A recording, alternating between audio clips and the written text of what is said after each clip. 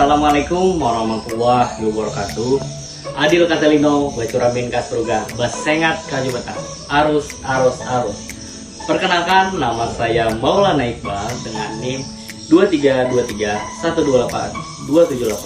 Di sini saya sebagai mahasiswa Universitas Muhammadiyah Palangkaraya. Di sini saya memberi materi yaitu pembelajaran evaluasi pendidikan SD. Apa sih evaluasi pendidikan SD?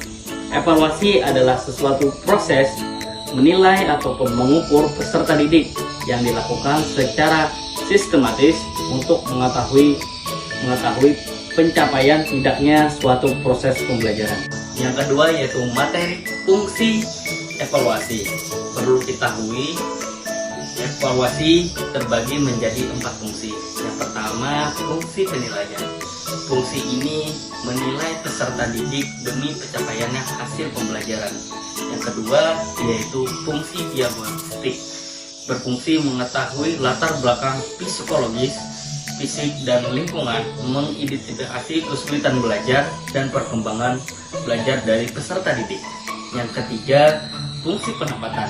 Evaluasi bertujuan mengelompokkan atau menempatkan agar peserta didik dapat posisi tertentu agar mudahnya mengevaluasi sebagai pendidik. Yang keempat yaitu adalah fungsi motivasi.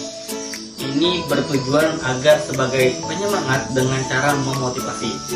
Materi yang ketiga adalah manfaat evaluasi pendidikan SD. Materi ini terbagi menjadi 3. Yang pertama, manfaat bagi peserta didik. Manfaatnya bagi peserta didik tercapainya perubahan tingkah laku kognitif, bisa disebut dengan kemampuan berpikir, afektif, perasaan dan emosi, psikomotorik, mental. Untuk mengetahui tercapai tidaknya perubahan, maka dilakukanlah evaluasi maupun hasil ataupun dampak dari pembelajaran. Yang kedua, bagi guru. Manfaat bagi guru membuat pendidik memiliki perencanaan dan melaksanakan pembelajaran secara efektif. Yang ketiga, bagi sekolah. Manfaat bagi sekolah tercapainya hakikat sekolah bertujuan untuk mencerdaskan peserta didik. Yang keempat adalah jenis evaluasi pembelajaran. Ini terbagi menjadi 3. Yang pertama itu formatif, sejenis pengumpulan data dan analis untuk mengidentifikasi kekuatan kelemahan. Jadi guru pendidik dengan cara ulangan harian ataupun dengan sesi tanya jawab.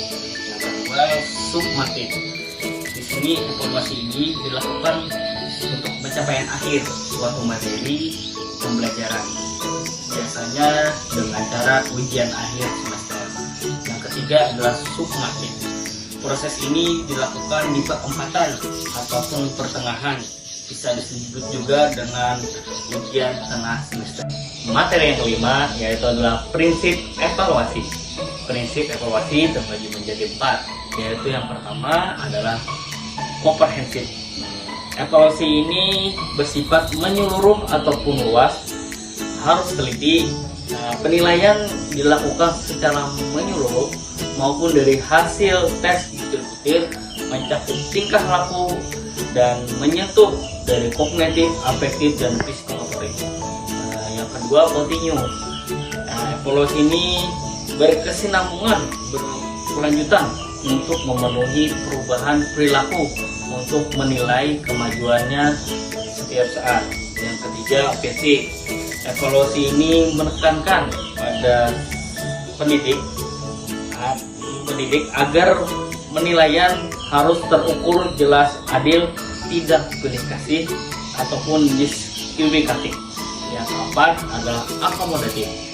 Pembelajaran yang harus dirancang berbeda-beda satu sama lain agar mudah dalam pembelajaran yang beragam untuk mudah dipahami. Materi yang terakhir adalah tahapan pembelajaran evaluasi. Dalam tahapan evaluasi ini, kita harus mengacu kepada sistem perencanaan, pelaksanaan, hingga evaluasi. Yang pertama yaitu adalah perencanaan. Dalam sebuah kegiatan, kita tidak lepas dari sebuah perencanaan yang sangat berguna dalam mengarahkan proses dan hasil evaluasi yang sangat arah benar. Yang kedua adalah pelaksanaan. Kualitas dari evaluasi juga mempengaruhi kegiatan pelaksanaan evaluasi. Itulah sebabnya pendidik harus merencanakan itu dengan matang agar pelaksanaan evaluasi dapat berjalan dengan lurus. Yang ketiga adalah pengolahan data. Setelah pelaksanaan, maka terkumpullah hasil. Maka peserta didik harus menganalisis data tersebut. Yang keempat adalah pemanfaatan sesuai fungsi dan manfaat. Pendidik harus merencanakan manfaat hasil evaluasi.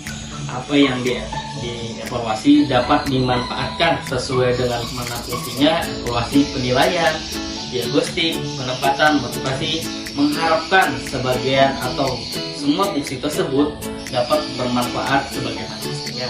Yang kelima adalah evaluasi. Hal ini adalah tahapan penilaian terhadap keberhasilan dari tahapan evaluasi yang dilakukan pendidik. Sekian materi dari saya. Wassalamualaikum warahmatullahi wabarakatuh. Jangan lupa subscribe.